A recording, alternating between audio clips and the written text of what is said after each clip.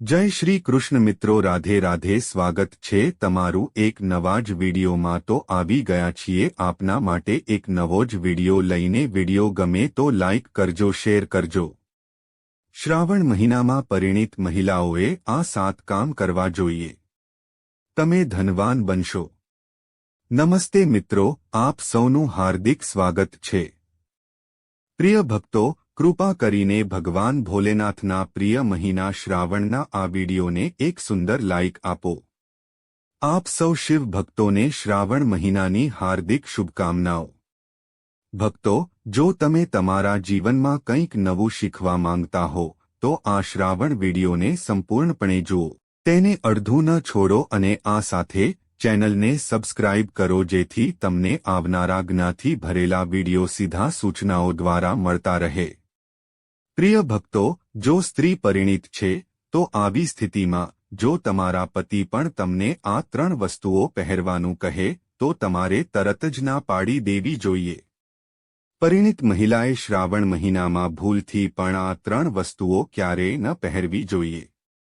નહીં તો તમે તમારા પતિના મૃત્યુનું કારણ બની શકો છો. તમે તમારા પોતાના હાથે વિધવા બની શકો છો.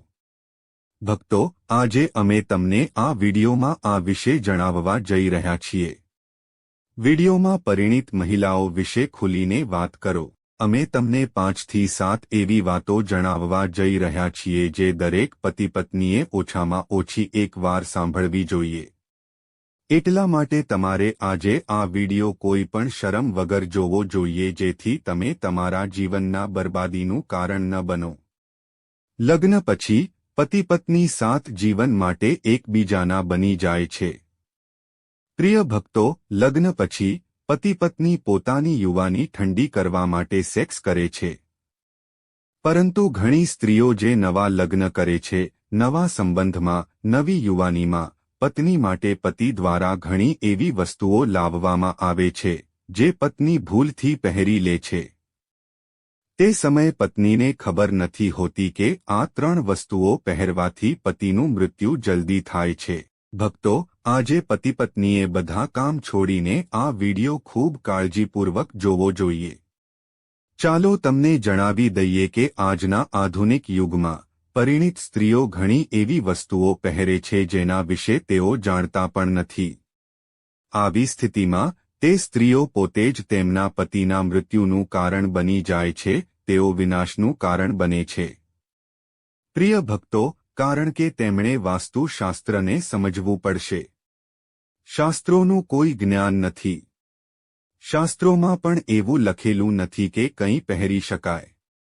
આવી સ્થિતિમાં તેમના જીવન પર નકારાત્મક અસર પડે છે. પરિવાર, સંબંધ અને પતિનું જીવન પણ નષ્ટ થઈ જાય છે.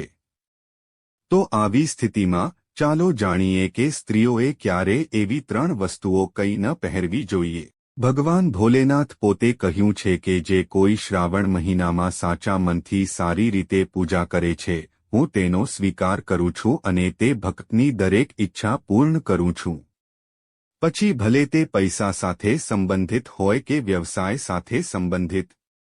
પ્રિય ભક્તો, વિડીયોમાં આગળ વધતા પહેલા મારી તમને એક નાની વિનંતી છે કે વિડીયો અંત સુધી જુઓ. તેને બિલકુલ ચૂકશો નહીં, કારણ કે આ માહિતી ખૂબ જ કિંમતી છે અને વિડીયોને અન્ય લોકો સાથે શેર કરો જેથી અન્ય લોકો પણ લાભ મેળવી શકે. અને હા ભક્તો, કૃપા કરીને વિડીયો અને તમારી પોતાની યુટ્યુબ ચેનલ શ્રેષ્ઠ વાતોને એક સુંદર લાઇક આપો. આવી વધુ માહિતી મેળવવા માટે સબસ્ક્રાઇબ કરવાનું ભૂલશો નહીં. મને આશા છે કે તમને તે જલ્દી મળશે. અને હા પ્રિય ભક્તો, કોમેન્ટ બોક્સમાં હર હર મહાદેવ લખવાનું ભૂલશો નહીં. મિત્રો, જુઓ, આ એવું છે કે અમારું કામ સલાહ આપવાનું છે. અમે ફક્ત સલાહ આપી શકીએ છીએ. હવે તમે માનો કે ના માનો તે તમારી પસંદગી છે. પરંતુ ભક્તો, હું ચોક્કસ એક વાત કહીશ કે જો તમે માનો છો તો તમે બચી જશો. આ વિડીયોને અંત સુધી જોયા પછી તમારે કોઈ પણ પ્રકારની સમસ્યાનો સામનો કરવો પડશે નહીં. બાકી તમારી પસંદગી છે. તમે પોતે ખૂબ બુદ્ધિશાળી છો. તો પ્રિય ભક્તો, ચાલો આ વિડીયોમાં વધુ બકવાસ કર્યા વિના વિડીયો શરૂ કરીએ. ભક્તો, હિન્દુ ધર્મમાં લગ્ન પછી 16 શૃંગાર દરેક સ્ત્રી માટે ખૂબ જ મહત્વપૂર્ણ છે. વાળના વિદાયમાં સિંદૂર, કપાળ પર બિંદી, હાથમાં બંગડીઓ, પગમાં પાવડી અને અંગૂઠાની વીંટી અને લાલ યુગલ જે દરેક પરિણીત સ્ત્રીનું પ્રતીક છે.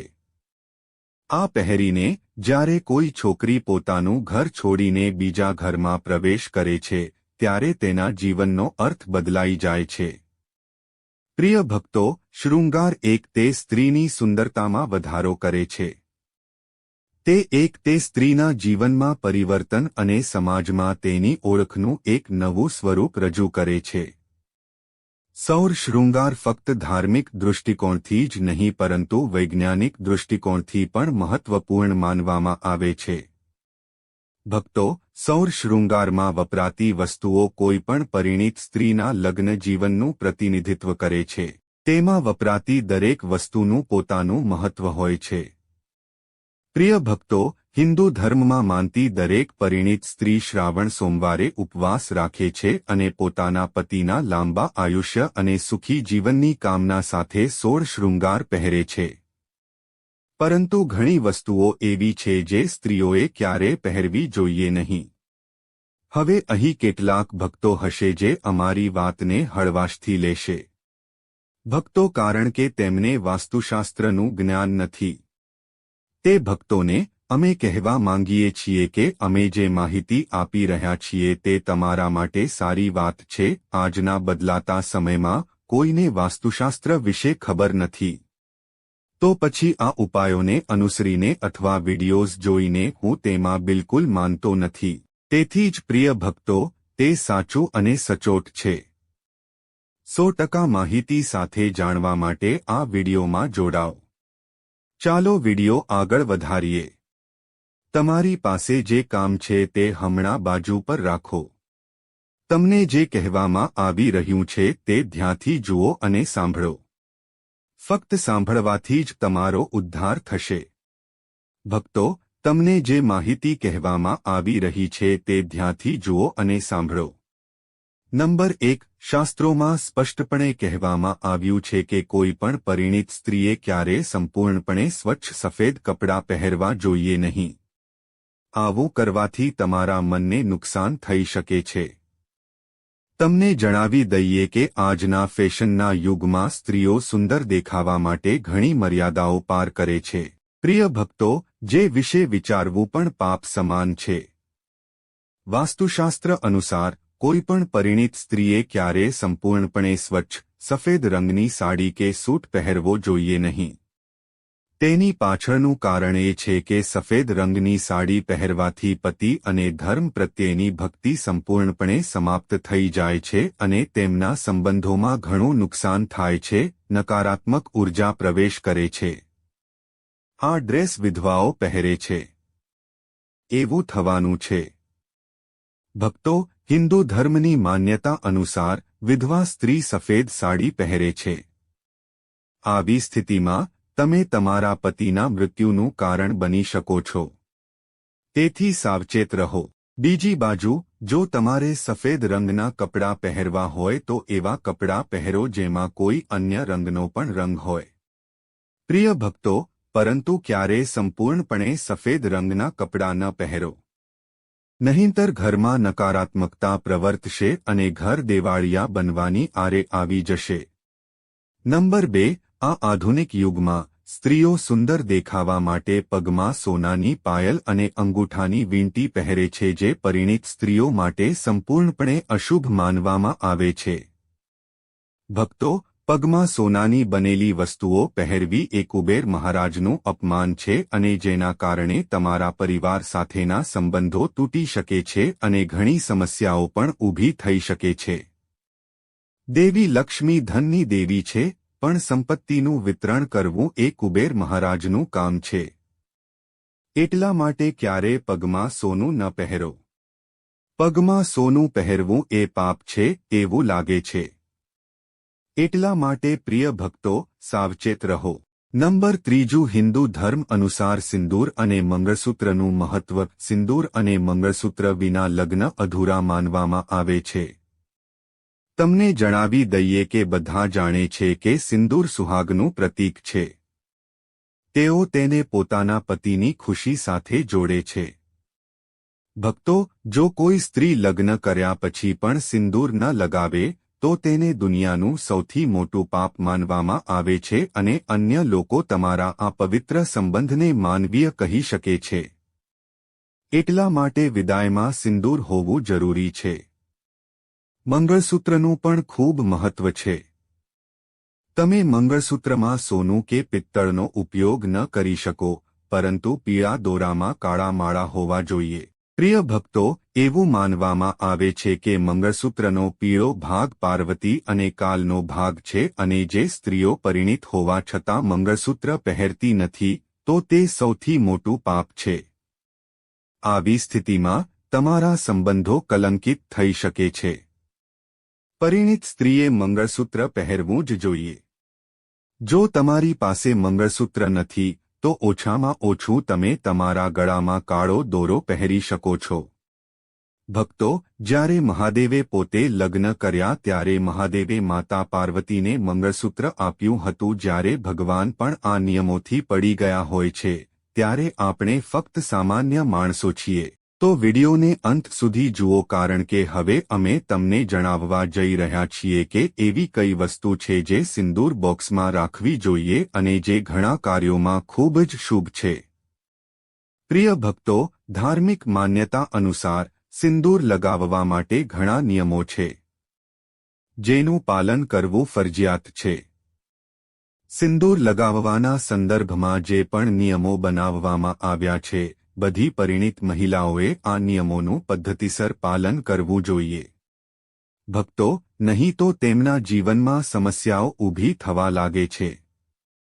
જે મહિલાઓ સિંદૂર લગાવવાના નિયમોનું પાલન કરી શકતી નથી, આવી સ્ત્રીઓના પતિને પૈસા અને સ્વાસ્થ્ય સંબંધિત સમસ્યાઓનો સામનો કરવો પડી શકે છે.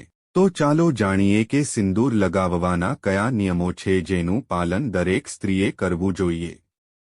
પ્રિય ભક્તો, પરંતુ તે પહેલાં જો તમે હજુ સુધી કોમેન્ટ બોક્સમાં હર હર મહાદેવ લખ્યું નથી તો કોમેન્ટ બોક્સમાં ચોક્કસપણે હર હર મહાદેવ લખો. જ્યારે તમે અમારી ટિપ્પણી વાંચો છો, જ્યારે લોકો બોક્સમાં હર હર મહાદેવ લખે છે ત્યારે આપણને ખૂબ સારું લાગે છે અને જો તમને અમારા વિડિયો ગમે અને અમારી યુટ્યુબ ચેનલને સબસ્ક્રાઇબ કરો તો અમારું મનોબળ વધે છે, જેથી અમને સારી માહિતી મળે. અમે તમારા બધા માટે તે લાવ્યા છીએ. આવો ભક્તો, હવે અમને જણાવો. નંબર 1, સિંદૂર પડવું ખૂબ જ અશુભ માનવામાં આવે છે. તેથી જ આપણે તેને હંમેશા બાળકોથી દૂર રાખવું જોઈએ. જો તમે તેને એવી જગ્યાએ રાખશો તો બાળકો તેને સ્પર્શ કરશે અને તે પડી શકે છે. માંગ નંબર 2 માટે તમારે હંમેશા ફક્ત સુખ સિંદૂરનો ઉપયોગ કરો. પ્રિય ભક્તો, આજકાલ બજારમાં ઘણી બધી સિંદૂર ઉપલબ્ધ છે. ટ્રેન માટે ઘણા પ્રકારના પ્રવાહી સિંદૂર ઉપલબ્ધ છે, પણ તે સારો દેખાતો નથી. ઘણી સ્ત્રીઓને લાગે છે કે સિંદૂર લગાવતી વખતે તે કપાળ પર પડે છે અને પછી કપાળ પરથી સિંદૂર કાઢી નાખવામાં આવે છે. નું પડવું ખૂબ જ શુભ છે. તો તેનો અર્થ એ છે કે તારા પતિ તને ખૂબ પ્રેમ કરે છે. નંબર 3, ક્યારે સિંદૂરને સ્પર્શ ના કર. કોઈની સામે સિંદૂર ન લગાવો. ભક્તો, જ્યારે તમે કોઈની સામે સિંદૂર લગાવો છો, જો તમે તેને તમારા પતિની સામે મૂકો છો તો તેના પર ખરાબ નજર પડી શકે છે અને તમારા પ્રેમમાં ઘટાડો થઈ શકે છે. આમ કરવાથી તમારા પતિ કોઈ ખોટી પરિસ્થિતિમાં ફસાઈ શકે છે. તમે ખરાબ સંગતનો ભોગ બની શકો છો. નંબર 4, જો ભૂલથી તમારું સિંદૂર પડી જાય તો તેને એકત્રિત કરો, તેને તમારા કપાળ પર લગાવો અને તેને ઝાડ નીચે રાખો. નંબર 5, જો તમે સિંદૂર યોગ્ય રીતે લગાવી શકતા નથી તો તમારી આંગળીઓ અથવા માચિસને થોડું ગ્રીસ કરો અને તેને સિંદૂર સાથે ભેળવીને તમારા કપાળ પર લગાવો. પ્રિય ભક્તો, આનાથી સિંદૂર ફેલાતું અટકશે અને તમારા ચહેરા પર પડશે નહીં. નંબર 6. પરિણીત સ્ત્રીઓએ હંમેશા પોતાના પૈસાથી ખરીદીને સિંદૂર લગાવવું જોઈએ. ભક્તો, બીજાના પૈસાથી ખરીદેલું સિંદૂર લગાવવાનું ટાળો. પરંતુ જો કોઈ સ્ત્રી બીજા કોઈ દ્વારા આપવામાં આવેલ સિંદૂર લગાવે છે, તો તે એક મોટી આફત તરફ દોરી શકે છે જેની તમે ક્યારે અપેક્ષા રાખી ન હોત અને તેની સાથે ધન અને સમૃદ્ધિનો અભાવ અને પતિને કોઈપણ રીતે સફળતા ન મળવાથી ઘરમાં મુશ્કેલીનું વાતાવરણ સર્જાય છે. પ્રિય ભક્તો, વાળ કાપતી વખતે સિંદૂર ન લગાવવું જોઈએ. સૌપ્રથમ સ્ત્રીએ સ્નાન કરીને પૂજા કરવી જોઈએ અને સિંદૂર લગાવતી વખતે તમારે હંમેશા તમારા પતિના લાંબા આયુષ્ય અને ખુશી માટે પ્રાર્થના કરવી જોઈએ. ફક્ત તેમની સફળતા વિશે વિચારો. આનાથી તેમનું નસીબ વધુ મજબૂત બને છે. સ્ત્રીઓએ તેમને ભેટમાં મળેલા સિંદૂરનો ઉપયોગ કરવાનું ટાળવું જોઈએ. ભક્તો, કારણ કે શાસ્ત્રો અનુસાર ભેટમાં મળેલા સિંદૂરનો ઉપયોગ અશુભ છે. ફક્ત તમારા પતિ દ્વારા આપવામાં આવેલ સિંદૂર જ લગાવો, જે પરિણીત સ્ત્રીઓ માટે ખૂબ જ શુભ છે. 7મો નંબર. ભલે ગમે તેટલી મોટી મજબૂરી હોય, પરિણીત સ્ત્રીઓએ તેમના માંગમાં બીજી સ્ત્રીનું સિંદૂર લગાવવાનું ટાળવું જોઈએ. પ્રિય ભક્તો, માંગમાં બીજી સ્ત્રીનું સિંદૂર લગાવવું ખૂબ જ અશુભ છે. આવું કરતી સ્ત્રીઓના પતિઓને આર્થિક સમસ્યાઓનો સામનો કરવો પડે છે. 8મો નંબર. જો ઘરમાં કોઈ પ્રકારનું સૂતક હોય અથવા તમને માસિક ધર્મ આવી રહ્યો હોય, તો સિંદૂર ન લગાવો કારણ કે તે સિંદૂરનું અપમાન છે. ભક્તો, માતા લક્ષ્મી આવા ઘરમાં પ્રવેશ પણ કરતી નથી. 10મો નંબર. હિન્દુ ધર્મમાં એવી માન્યતા છે કે જો કોઈ સ્ત્રી માસિક ધર્મ દરમિયાન તુલસીના છોડ પર પાણી રેડે છે, તો તુલસીનો છોડ સુકાઈ જાય છે કારણ કે આ સમયે સ્ત્રીઓના શરીરમાં વધુ ઊર્જાનો પ્રવાહ હોય છે. આ ઊર્જા ભગવાન સહન કરતા નથી, તેથી માસિક ધર્મ દરમિયાન પૂજા કરવાની કે મંદિરમાં જવાની મનાઈ છે. પ્રિય ભક્તો, પ્રાચીન સમયમાં મંત્ર અને ધાર્મિક વિધિઓ વિના પૂજા અધૂરી માનવામાં આવતી હતી. તેમાં ઘણો સમય લાગતો હતો. માસિક ધર્મ દરમિયાન સ્ત્રીઓને આટલા લાંબા સમય સુધી બેસીને પૂજા અને ધાર્મિક વિધિઓ કરવામાં મુશ્કેલી ન પડવી જોઈએ. આ માટે તેમને આ 5 દિવસ સુધી પૂજાથી દૂર રાખવામાં આવતી હતી. જો માસિક ધર્મનો સમયગાળો 7 દિવસનો હોય, તો 8મા દિવસે મંદિરમાં પ્રવેશ કરી શકાય છે. ભક્તો, જો આપણે જ્યોતિષશાસ્ત્રમાં માનીએ છીએ, તો સામાન્ય રીતે તમે માસિક ધર્મ સમાપ્ત થયા પછી 5મા દિવસે મંદિરમાં પ્રવેશ કરી શકો છો. જો કોઈ સ્ત્રીના માસિક ધર્મ ઉપવાસની વચ્ચે આવે છે, તો આવી સ્થિતિમાં સ્ત્રીએ પોતાનો ઉપવાસ પૂર્ણ કરવો જોઈએ. પ્રિય ભક્તો, માસિક ધર્મ દરમિયાન પણ ભગવાનમાં શ્રદ્ધા ઓછી ન થવી જોઈએ. ભગવાન માટે મનની શુદ્ધતા સૌથી મહત્વપૂર્ણ છે. શારીરિક શુદ્ધતા પછી આવે છે. ઉપવાસ દરમિયાન જો કોઈ ખાસ પૂજા માટે કોઈ સંકલ્પ લેવામાં આવ્યો હોય, તો તે માસિક ધર્મ પછી કરવો જોઈએ. આ સમય દરમિયાન તમે દૂર બેસીને કોઈ બીજા સાથે ધાર્મિક કાર્ય કરી શકો છો. તમે ફોન કોલ દ્વારા તે કરાવી શકો છો. ભક્તોએ માસિક ધર્મ દરમિયાન પણ ઉપવાસના બધા નિયમોનું પાલન કરવું જોઈએ. આવી સ્થિતિમાં શક્ય તેટલું ભગવાનના મંત્રોનું ધ્યાન કરો. જો તમે કોઈ ચોક્કસ પાઠ કરવા માંગતા હો, તો તમે તેને ફોન દ્વારા વાંચી શકો છો. માસિક ધર્મ દરમિયાન સ્વચ્છતાનું ધ્યાન રાખવું ખૂબ જ મહત્વપૂર્ણ છે. સ્નાન કર્યા પછી સ્વચ્છ કપડાં પહેરો અને મંત્રો અને પાઠ કરો.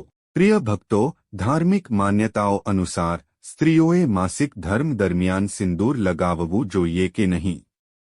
સિંદૂરને કુમકુમ તરીકે પણ ઓળખવામાં આવે છે. તેને મુખ્યત્વે લગ્નનું પ્રતીક માનવામાં આવે છે. એવું માનવામાં આવે છે કે હિન્દુ લગ્ન ત્યારે જ પૂર્ણ થાય છે જ્યારે તે મંડપમાં દુલ્હનના વાળમાં સિંદૂર લગાવે છે. સિંદૂર લગ્નનું પ્રતીક માનવામાં આવે છે. ભક્તો, પરિણીત સ્ત્રીઓ તેમના કપાળના મધ્ય ભાગથી માથાના મધ્ય ભાગ સુધી તેમના વાળના મધ્ય ભાગમાં સિંદૂર લગાવે છે. વાસ્તવમાં આ પ્રથા સદીઓથી ચાલી આવી રહી છે અને વિદાયમાં સિંદૂર લગાવવું એ સુહાગીઓના મુખ્ય મેકઅપમાંનું એક માનવામાં આવે છે. મોટા ભાગના હિન્દુ લગ્ન સમારોહમાં સિંદૂર લગાવવાની વિધિ સૌથી મહત્વપૂર્ણ રિવાજોમાંની એક છે અને લગ્ન પછી પણ સિંદૂર લગાવવાના નિયમો છે. પ્રિય ભક્તો, દરેક પરિણીત સ્ત્રી આ વાત ધ્યાનમાં રાખે છે કારણ કે સિંદૂરને વૈવાહિક આનંદનું પ્રતીક માનવામાં આવે છે. તેથી સ્ત્રીઓ તેમના પતિના લાંબા આયુષ્યની કામના સાથે તેમના વાળના વિદાયમાં સિંદૂર લગાવે છે. શાસ્ત્રોમાં સિંદૂર લગાવવું ખૂબ જ શુભ માનવામાં આવે છે. પરંતુ માસિક ધર્મ ધરાવતી પરિણીત સ્ત્રીઓને અશુદ્ધ માનવામાં આવે છે. તેથી પરિણીત સ્ત્રીઓએ ક્યારે આવી સિંદૂર ન લગાવવી જોઈએ. ભક્તો, આ નિયમો હતા જે દરેક પરિણીત સ્ત્રીએ પાળવા જોઈએ. તમારે આ વાત ચોક્કસ ધ્યાનમાં રાખવી જોઈએ. ખાસ કરીને શ્રાવણ મહિનામાં તમારે આ ભૂલ કરવાનું ટાળવું જોઈએ. નહીંતર તમે પોતે જ તમારા ઘરના વિનાશનું કારણ બનશો. તેથી સાવચેત રહો. પ્રિય ભક્તો, ચાલો હવે જાણીએ કે શ્રાવણ મહિનો ક્યારે શરૂ થઈ રહ્યો છે અને ક્યારે સમાપ્ત થશે. કેટલા સોમવાર છે? અમે તમને આ માહિતી પણ જણાવીશું. 2025માં શ્રાવણ મહિનો શુક્રવાર 11 જુલાઈ 2025થી આજુક તિથિ મુજબ શરૂ થશે અને 9 ઓગસ્ટ 2025 શનિવારના રોજ સમાપ્ત થશે. ભક્તો, આ સમય દરમિયાન કુલ 4 સોમવાર હશે જ્યારે શ્રાવણ સોમવારનું વ્રત રાખવામાં આવશે. શ્રાવણ મહિનાની તારીખો: સોમવાર: પહેલો સોમવાર 14 જુલાઈ 2025, બીજો સોમવાર 21 જુલાઈ 2025, ત્રીજો સોમવાર 28 જુલાઈ 2025, ચોથો સોમવાર 20 ઓગસ્ટ 1925. કુલ સોમવાર પૂજા માટે 4 શ્રેષ્ઠ મુહૂર્તા. ખાસ કરીને પહેલા સોમવાર માટે વહેલી સવારે બ્રહ્મ મુહૂર્તા 4:16 થી 5:04. પ્રિય ભક્તો, અભિજીત મુહૂર્તા 11:59 થી 12:55. બપોરે પૂજા માટે શ્રેષ્ઠ સમય 11:18 થી 12:32. બપોરે રાહુલ સવારે 7:16 થી 9 વાગ્યા સુધી. ચાલો હવે જઈએ. ચાલો જાણીએ વ્રતની પૂજાની પદ્ધતિ. નંબર 1. સંકલ્પ અને સ્નાન. બ્રહ્મ મુહૂર્તમાં ઉઠો અને શુદ્ધ પાણીથી સ્નાન કરો અને સ્વચ્છ કપડાં પહેરો. ઓમ નમઃ શિવાયનો સંકલ્પ લઈને ઉપવાસ શરૂ કરો. નંબર 2. ભક્તો, પૂજા સામગ્રી અને પદ્ધતિ. પૂજા સામગ્રીની પદ્ધતિ જણાવવામાં આવી છે. શિવલિંગ અથવા મૂર્તિ સ્થાપિત કરો અને પંચામૃત, ગંગાજળ, દૂધ, દહીં, ઘી, મધ, ખાંડથી અભિષેક કરો. બેલપત્ર, ધતુરા, સફેદ ફૂલ, રાખ, ચંદન, અક્ષત, ફળો, મીઠાઈઓ અર્પણ કરો. ઓમ નમઃ શિવાય મંત્રનો 108 વાર જાપ કરો. આ સાથે તમે શિવ ચાલીસા, રુદ્રાષ્ટક, મહામૃત્યુંજય મંત્રનો પાઠ કરી શકો છો. નંબર 3. પ્રિય ભક્તો, ઉપવાસ રાખો. દિવસમાં ફક્ત એક જ વાર ખાઓ, ફળો ખાઓ અથવા પૂર્ણ ઉપવાસ કરો. દિવસભર શિવભક્તિ રાખો. સત્ય બોલો અને સંયમ રાખો. માંસ અને દારૂથી દૂર રહો. નંબર 4. સાંજની આરતી અને કથા. સાંજે દીવો પ્રગટાવો. આરતી કરો. શ્રાવણ સોમવારની વાર્તા સાંભળો અથવા વાંચો. 5મો પારણ વ્રત. સાંજની પૂજા અને આરતી પછી જ પારણ ખોલે છે. ભક્તોએ પારણ દરમિયાન હળવા ફળો, દૂધ, ખીચડી, ઉપમા વગેરે ખાવા જોઈએ. સવારે બ્રહ્મ મુહૂર્તમાં ઉઠીને સ્નાન કરીને તમે રાહુ કાળથી બચી શકો છો. સ્વચ્છ કપડાં પહેરવાનો સંકલ્પ લો. પૂજા સ્થાન શિવલિંગ અથવા મૂર્તિ પર પંચામૃતથી અભિષેક કરો. બેલપત્ર, ધતુરા, સફેદ ફૂલો, અક્ષત, પંચામૃત, ફળો, મીઠાઈઓ વગેરે અર્પણ કરો. ઓમ નમઃ શિવાયનો 108 વખત જાપ કરો. શિવ ચાલીસા, રુદ્રાષ્ટક, મહામૃત્યુંજય મંત્ર, સંધ્યા દીપ, ધૂપ, આરતી, કથા પાઠ, શ્રવણ પરાણે કરો. સાંજની પૂજા પછી હળવા ફળોનો એક જ ભોજન લો. પ્રિય ભક્તો, સનાતન માન્યતા અનુસાર શ્રાવણ સોમવારનું વ્રત રાખવાથી મનોકામનાઓ પૂર્ણ થાય છે.